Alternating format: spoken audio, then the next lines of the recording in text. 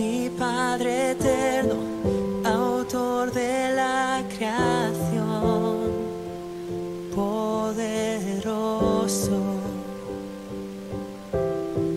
Tu espíritu intervino, el Verbo se encarnó. Cristo, tú salvas. Creo en nuestro Dios el Padre y en su Hijo Cristo el Rey. Creo en el Espíritu Santo, Dios tres en uno es. Creo que resucitaste, que nos levantarás. Creo en el nombre de Jesucristo.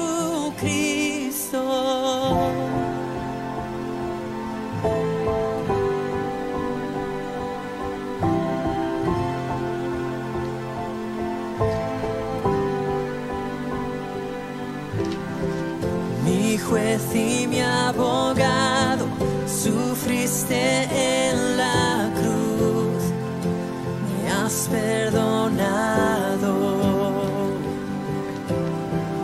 Bajaste a las tinieblas y en gloria y poder te levantaste.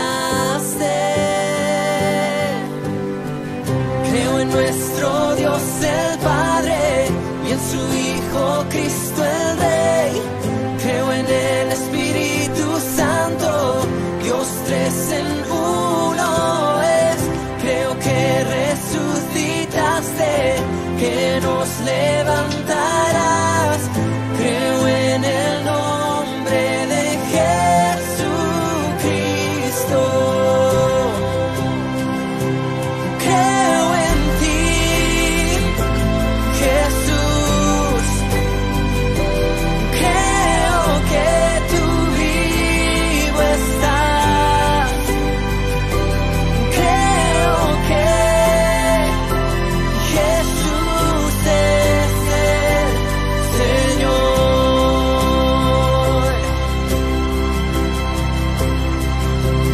Creo en ti, Jesús. Creo que tú vivo estás. Creo que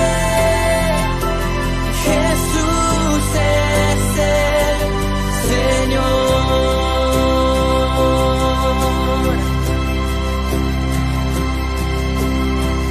Creo en la vida eterna, creo en la comunión, creo que tu pueblo es uno, creo en tu iglesia, Dios, creo que resucitaremos y en gloria volverás. Creo en el nombre de Jesucristo.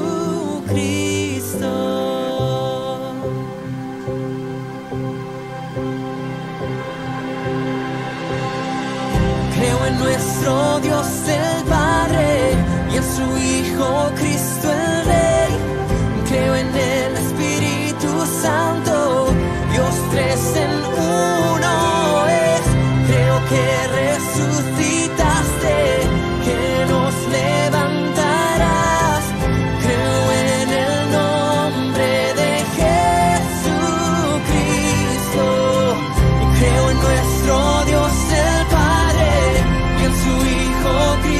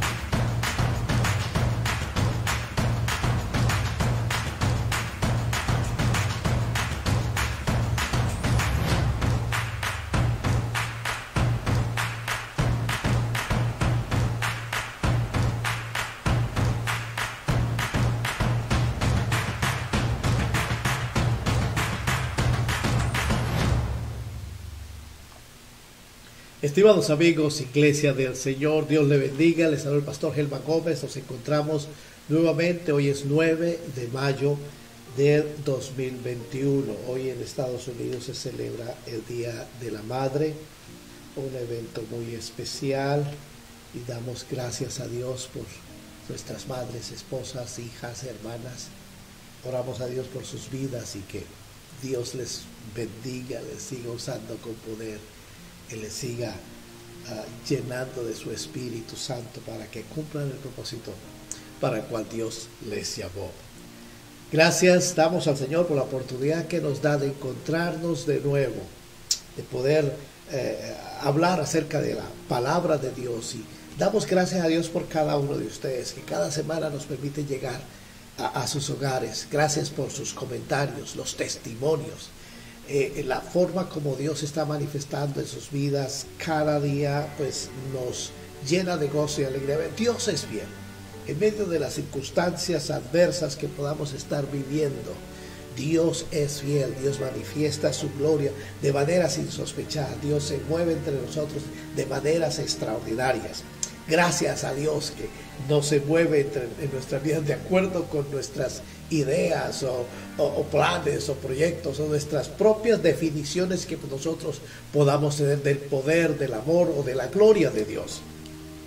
Estamos llegando con mucho poder, con mucha intensidad en Venezuela. Cada día nos llegan bastantes comentarios. Cada devocional que nosotros estamos colocando cada día, compártelo. Yo le invito a que usted nos ayude a compartir. Este es un ministerio virtual, exclusivamente virtual. Nosotros no tenemos unas instalaciones físicas. Desde el 2009 Dios nos llamó a esta parte del ministerio virtual, sin tener idea o experiencia al respecto, solo siguiendo la visión que Dios puso en nuestros corazones. Y hoy estamos llegando cada semana a cerca de 100,000, 125,000 personas en todos los rincones del planeta donde hay personas que hablan español, cristianos y no cristianos. La gente nos hace preguntas de todo tipo. Y el propósito del ministerio es poder compartir la palabra de Dios. Somos un grupo de personas, familias, que hemos estado trabajando en este plan, en este proyecto, a ministerios con los cuales nos hemos asociado, y usted tiene la oportunidad, por ejemplo, de tener acceso a Peniel University. Vamos a comenzar clases ahora en el mes de mayo. Una sesión comienza el 13 de mayo y la primera semana de junio. Y yo le invito a que usted se inscriba. Es totalmente gratis. Ese es nuestro seminario, nuestra universidad virtual, de la cual Dios ha provisto a este ministerio para poder llegar en 4 idiomas: español, inglés, coreano y hindi, a las naciones con el mensaje de la palabra de Dios. Así que yo le invito a que usted participe de esta enseñanza, participe y le dé a Dios la oportunidad de edificarle y entrenarle para aquello en lo cual Dios le llamó. Hoy llegamos a nuestra parte final del estudio que hemos estado haciendo en las últimas. Esta es nuestra 4ª semana. Estamos estudiando los 2 personajes interesantes. El primero, Josué, y ahora hemos estado estudiando David, que la Biblia les dedica bastante espacio, desde Primera de Samuel, en el caso de David, desde Primera de Samuel capítulo 16 hasta el capítulo 24. Básicamente todo el segundo libro de Samuel está dedicado a la historia de David. Y la razón es porque Dios quiere que hoy, 4,000 o 5,000 años después de la historia de David, hay muchas cosas que nosotros podemos aprender. El tema central de todo esto es: no renuncies. Ese es nuestro tema central: no renuncies. Y cada uno de estos 2 personajes que nosotros estamos estudiando pasaron por sus situaciones supremamente difíciles, desde ataques personales contra sus propias vidas, desde su propia casa. José y sus hermanos planearon asesinarlo. Su hermano mayor intervino para que, en lugar de asesinarlo, porque eso mataría de tristeza a su padre, decidieron venderlo como esclavo. Por unas 30 monedas, unas cuantas monedas, lo vendieron. Pero su corazón estaba firme, decidido en Dios. Cuando llegamos a la historia de David, observamos que es Dios quien lo escoge también. David no se promocionó porque había una posición disponible para ocupar un puesto. David fue llamado, ungido, a algo que él ni siquiera tenía idea, algo que jamás en su vida había hecho, algo que posiblemente jamás en su vida había anhelado. Lo único que para él era importante era su relación personal con Dios. Punto. David tenía un talento musical, David era compositor, por usar una palabra moderna. David escribía canciones, por decirlo así, y David componía y tocaba su instrumento, el arpa. Y su labor, su trabajo era pastor de ovejas, el menor de 8 hermanos. David cuenta también con el rechazo. Desde el momento de la unción o de la escogencia, Dios le da a Samuel la misión. Dios le dice eso: yo me he conseguido un hombre conforme a mi corazón, que va a reemplazar a Saúl. Un hombre conforme a mi corazón. Esas son expresiones que nosotros tal vez hemos escuchado, un hombre conforme al corazón, y tal vez tenemos nuestras propias definiciones de lo que eso significa, de definiciones muchas veces de tipo religioso, que no tienen nada que ver con la vida real de David. Y si usted observa desde 1 de Samuel capítulo 16, todo hasta el capítulo 31 de 1 de Samuel, luego sigue en 2 de Samuel, toda la historia hasta el capítulo 24, del fallecimiento de Samuel y la coronación de Salomón, encontramos que en todos estos aspectos la vida de David fue completamente transformada, pero llena de mucha violencia. David tuvo que sobrepasar muchos obstáculos en su vida, empezando por su propia casa. Sus hermanos, su padre no creía que David podría ser el hombre que Samuel estaba buscando. De hecho, su papá tenía entre comillas, una mejor idea de cuál persona podría ser el hombre de Israel. Samuel también tenía su propia visión de quién podría ser el nuevo rey de Israel. Pero Samuel fue obediente a lo que Dios le dijo, porque Dios le dijo: yo no busco lo que usted busca, yo no miro lo que usted mira, yo no tengo parámetros de selección como los que usted tiene, yo tengo una visión completamente diferente, porque usted mira lo que usted tiene delante de usted. Eso es lo que usted y yo vemos. A veces tomamos definiciones, definimos a una persona por nuestros propios prejuicios sociales, morales, culturales, religiosos, de raza, etcétera. Y nos formamos nuestra propia definición de esa persona. Pero cuando Samuel fue allá, Dios le dijo: yo no miro la apariencia física ni los talentos y habilidades que ese individuo pueda tener. Yo miro lo que hay en el corazón, cosa que usted y yo podemos ver. Samuel fue obediente y ungió a David, dio media vuelta y se fue. Pareciera que el ungido como nuevo rey no significó que al otro día David se mudó al palacio, Saúl fue destituido y puesto nuevo rey. Pasaron desde ese momento, cerca de 17 años de edad que tenía en ese momento, hasta el día en que eso se hace realidad.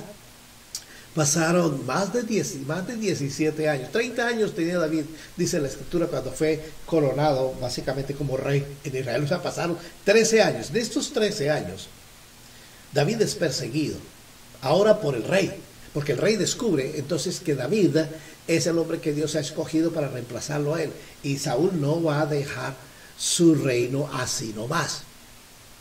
Recordamos que la escritura también nos muestra los aspectos culturales, sociales, en ese momento de la historia de Israel.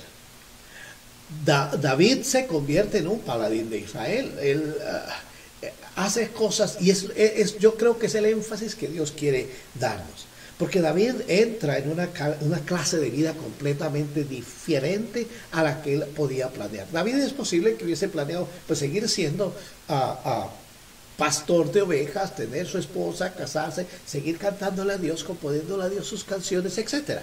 Pero Dios tenía otros planes. Tal vez tú tienes tus propios planes, ¿verdad? Son buenos, son extraordinarios, pero Dios tiene unos planes que, ¿cómo los podíamos catalogar? Porque los hombres somos dados a todo ponerle nombre, o a ponerle etiquetas. Yo podría decir, bueno, es que los planes de Dios son sobrenaturales. Eso significa que están muy por encima de lo que usted y yo podamos entender, comprender, o aún planear o idear. Pero la llegada de David al reino fue a través de mucha violencia. Él, no obstante, es usado por Dios para atraer, y eso lo hablamos la semana anterior. Cuando David se dispuso, su padre lo envía a que le lleve alimentos a sus hijos que están en la guerra. Llevaban 40 días en batalla, todavía no ha podido entrar en batalla porque los filisteos trajeron un desafío bastante grande, un hombre de 3 metros de estatura, fornido con su armadura de cabeza a los pies, un hombre que todo el mundo le tenía miedo, de tal manera que el pueblo de Israel, el ejército de Jehová, llevaba 40 días lleno de pánico. David llega y la historia puede parecer sencilla, con una piedra y una onda destruye a la persona que tenía llena de pánico, aterrorizado a Israel. Su acto de valentía, y la escritura lo dice, lleno del Espíritu Santo. Lleno del Espíritu Santo. Ahora, cuando David fue lleno del Espíritu Santo, no convulsionó, no gritó, no se sacudió en extremo, sus ojos no se blanquearon, no pasó nada. A veces mitificamos todas estas expresiones, la llenura del Espíritu Santo, la manifestación del Espíritu Santo, porque en nuestro deseo de comprender todo lo que Dios nos dice, para poderlo creer, nosotros le añadimos o adjetivos o calificativos para poderlo entender en nuestra mente humana. La Biblia dice que David, lleno del Espíritu Santo, se enfureció por lo que estaba viendo y lo que estaba oyendo. Sus hermanos se enfurecieron por lo que David estaba diciendo. David no le presta atención. El rey, esto llega a las voces al oído del rey. El rey llama al muchacho, le ofrece Saúl su propia armadura. David no puede con una armadura. Y aquí hay una enseñanza especial, y es que nosotros somos llamados a hacer las cosas de una manera única, aunque a nosotros no nos parezca en ese momento comprensible. Nosotros podemos producir a través de la unción del Espíritu de Dios en nuestras vidas cambios, primeramente nosotros y luego las personas que están a nuestro alrededor. Mire, David se enfrenta con valentía a este campeón filisteo. Porque David, aunque era un pastor, era un muchacho de pelea. ¿Por qué? Porque él había tenido que pelear contra osos y leones para defender el rebaño. En esa área donde sus padres vivían, habían todavía animales salvajes. Y David, sin saberlo, Dios lo había formado en la guerra, en la batalla, en vencer el miedo, en enfrentarse a las adversidades, porque él en sus tiempos de soledad había desarrollado la relación personal con Dios. David, mucho antes de que fuese llamado a rey, él le componía al Señor. Ese era el anhelo de su corazón, y él desarrolló ese tiempo una relación, que fue lo que Dios notó, nadie más lo notó. Por eso David con valentía le dice: el Señor te entregará hoy en mi mano. ¿Verdad? Usted ha leído la historia. David se enfrenta, Goliat le maldice por sus dioses, le dice: ¿usted cree que soy perro para que venga a mí con palos a destruirme? Yo te voy a mostrar quién es él. Y David lo vence. 5 minutos después, el gigante cayó sobre su cabeza. David sale corriendo y le corta la cabeza. Y todo el pueblo de Israel, no solo el ejército, el pueblo de Israel es libertado de una opresión emocional, psicológica, social y financiera. David no tenía ni idea de lo que estaba haciendo, solamente seguía por el Espíritu de Dios que Dios había implantado en su vida, seguía lo que Dios le había puesto. Pero pareciera que ese momento aparentemente de gloria hubiera sido como el camino para llegar al reino. Todo lo contrario. Usted observa en la historia que entonces, a raíz de eso, Saúl lo contrata, lo llama, le ofrece casarse con su hija, todas las cosas, y lo envía a la batalla. Pero la gente comienza a cantar. Dice que las mujeres cantaban: Saúl mató a 1000, pero David a sus 10,000. Saúl se enoja, dice: ahora que quieren quitarme el reino, darle el reino a ese muchacho, y él decide matarlo, literalmente. Pasan 10 años en el cuento. Y la historia de David nos cuenta las escrituras que David no cambió su corazón.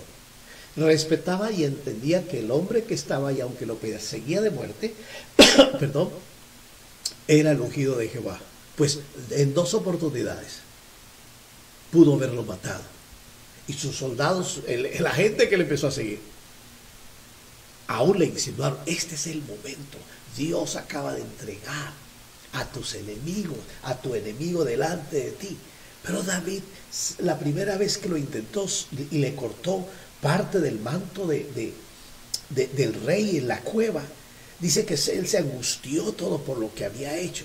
Y él dijo, y le dijo a todos, no, jamás esto lo vamos a poder hacer. Él es el ungido de Jehová. Y cuando le habla al rey y le dice, y el rey se da cuenta que David pudo haberlo matado. Y David dice algo, que juzgue Dios entre usted y yo. Si yo soy el criminal, el que trata de matarle, que Dios me juzgue. Y que Dios decida entre usted y yo. Pero yo no me voy a meter en las cosas en las que Dios ha tomado su camino. O sea, y es lo que uno observa, conforme al corazón de Jehová, David mostraba misericordia y David esperaba en Dios. Mira, muchas veces nosotros queremos y oramos intensamente que Dios nos responda. Y a veces actuamos como Saúl. Saúl se precipitó, perdió su reino porque él se precipitó. Él no esperó el tiempo de Dios. Confesó que se dejó manipular del pueblo y básicamente pensó, esperó, confió y tomó decisiones con base en su experiencia personal, en su autoridad como rey, que esperar en la decisión de Dios. David esperó por otro lado, David esperaba y esperaba. Y se lo dijo directamente al rey, que Dios juzgue entre usted y yo. Y que Dios no, si yo soy criminal, Dios me vengue.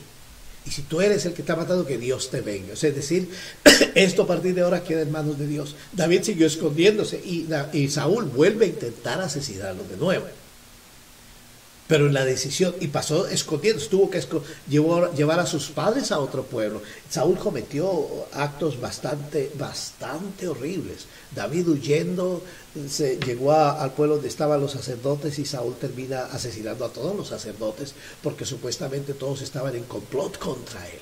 Es decir, el hombre se volvió en un estado paranoico terrible que cometió actos bastante horribles.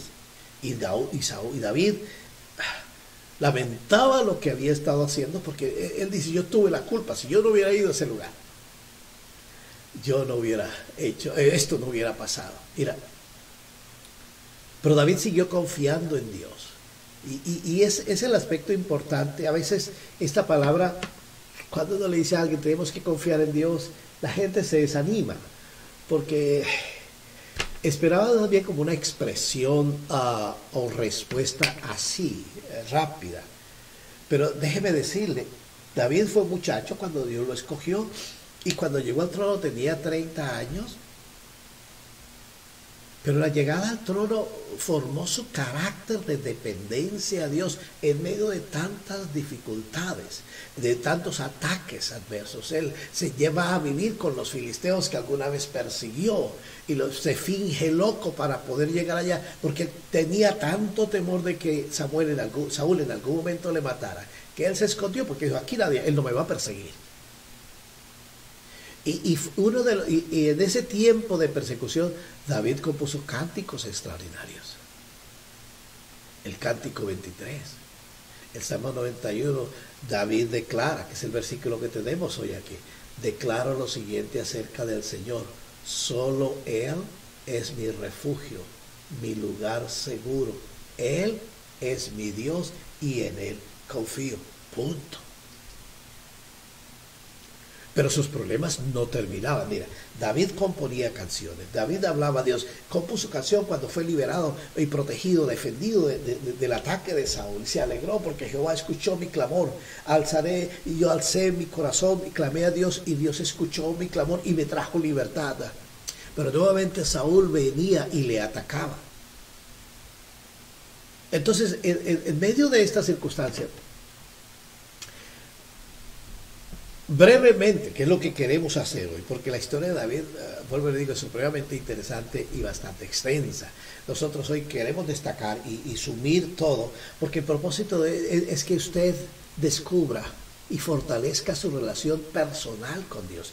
La situación está difícil. Desde hace 16 meses todo el planeta está amenazado por un gigante, por un Goliat llamado terror, un Goliat llamado enfermedad, virus.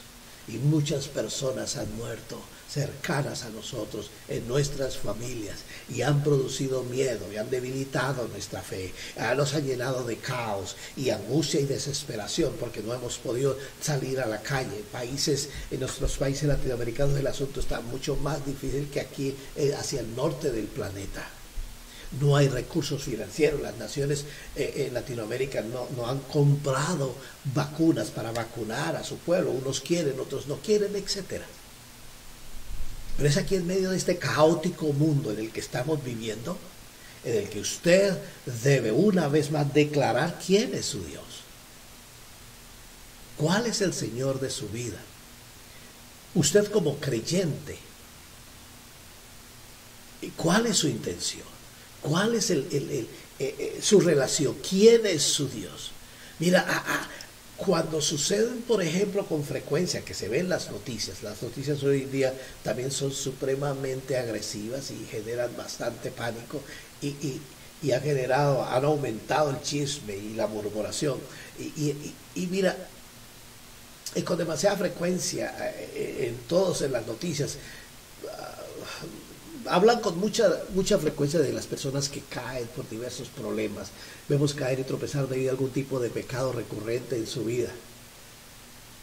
Pero lo más triste de esta historia es que vemos a otros regocijarse por su caída en el centro de atención. En medio del dolor y el sufrimiento, yo le digo, es desgarrador ver a otros regocijarse. Cuando miramos la rivalidad entre Saúl y David, este tipo de emoción no proviene de David, porque David Saúl es muerto del campo de batalla, él y sus hijos mueren, pero David no se regocija. David no dice, oye, el Señor me hizo justicia y por fin mis enemigos han perecido, yo voy a ser el rey de Israel. No, por el contrario, David desgarró su vestido y lloró hasta que se quedó sin aliento. Hoy han muerto los valientes, hombres valientes. El ungido de Jehová cayó en la batalla. Porque para él la visión del hombre de Dios fue lo que Dios había dicho. Independiente de todo lo que Saúl intentó contra él, el corazón de David estaba unido al corazón de Dios. Y lo que quiero decir, mira, en la medida en que usted mantenga más cerca su relación con Dios, menos de todas estas actitudes externas a su alrededor van a afectar su relación. Fortalezca su relación. David se fortaleció en un momento crucial en su vida, dice la Escritura, fueron a atacar a un pueblo y cuando regresaron resulta que esos amonitas habían llegado y se habían llevado a sus mujeres y sus hijos y sus pertenencias.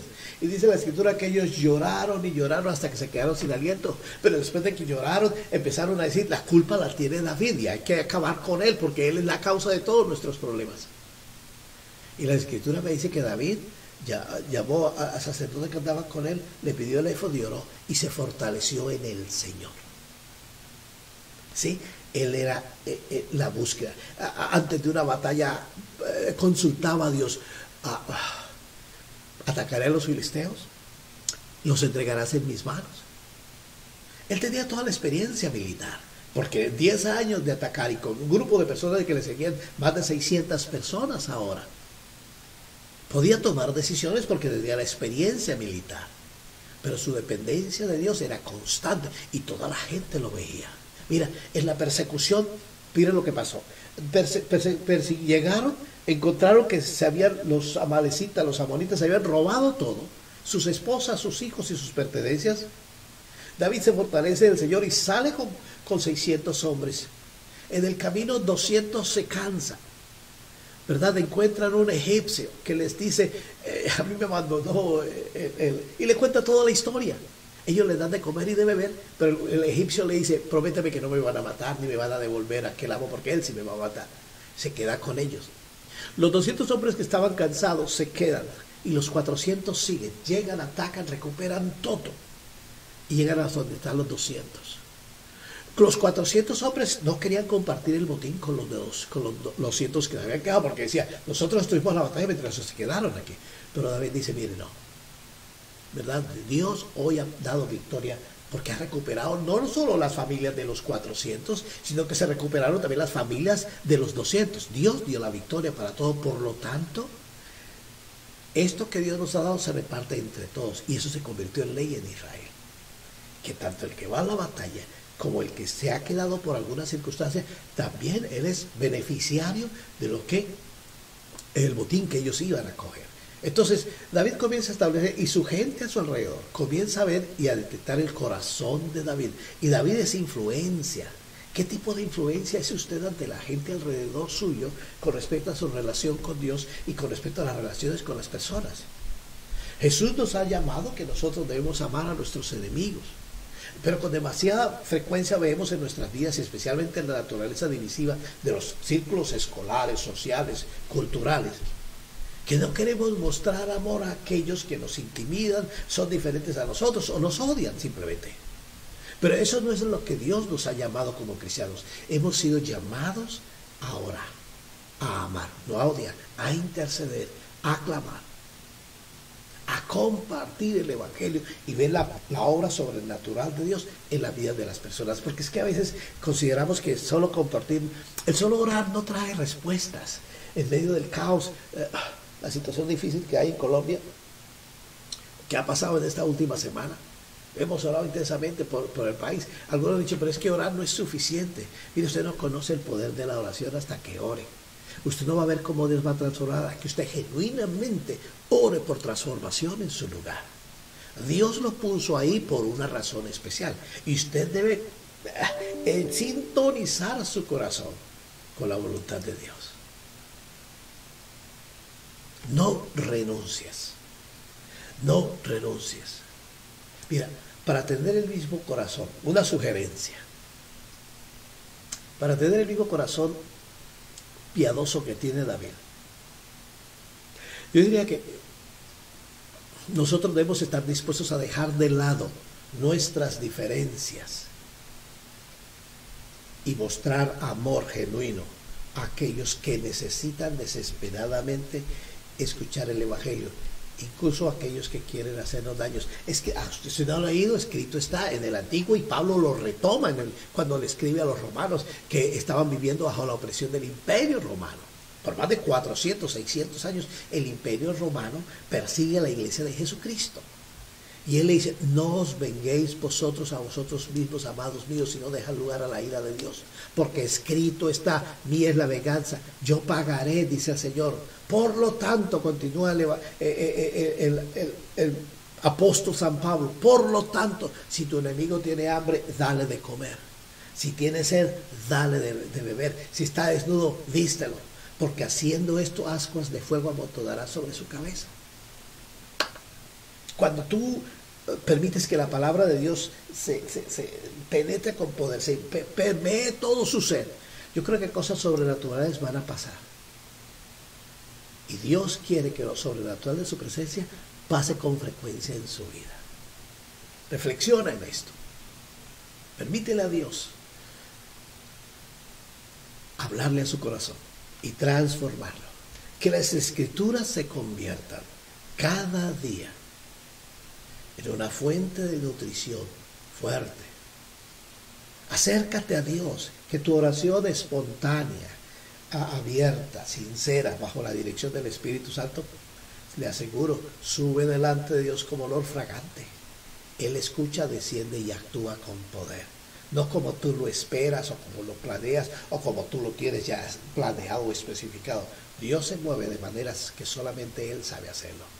Confía en Dios, espera en Dios. Declara conmigo hoy, como escrito está en el Salmo 91 en esta versión, solo Jehová es mi refugio, solo Yahvé es mi refugio, solo Dios, Elohim es mi refugio, Él es fuego consumidor, solo Él es mi lugar seguro, solo Dios es mi Dios, solo en Él confío y Él me guiará por senderos de bendición y provisión. Como dice el salmista del Salmo 23, aunque ande en valle de sombra de muerte, no temeré mal alguno, porque tú estarás conmigo. Tu vara y tu cañado me infunden aliento. Aderezas mesa delante de mí en presencia de mis angustiadores. Unges mi cabeza con aceite. Mi copa está rebosando. Ciertamente el bien y la misericordia me seguirán todos los días de mi vida, y en la casa del Señor moraré por los días. Yo le invito a que reflexione y le permita a Dios que le use con poder en su lugar. Por muy caótico que pueda ser, Dios quiere manifestar su gloria a través de usted, allí donde usted está viviendo, y traer libertad, porque el paladín que trae libertad es usted. Bajo la unción del Espíritu Santo, Dios le da sabiduría, diligencia, fortaleza, porque escrito está, Él pone en nosotros el querer como el hacer, por su buena voluntad. Sométase a Dios. Dios le bendiga rica y abundantemente, y considere inscribirse esta semana en la universidad penieluniversity.org. Aprovecha lo que Dios ha dispuesto para que usted avance en su conocimiento de las Escrituras. Escudriñad las Escrituras, dice el Señor, porque ellas son las que dan testimonio de mí. Ellas tienen poder y son las que dan testimonio de mí. Dios les bendiga rica y abundantemente, y nos vemos en una nueva oportunidad. Amén y amén.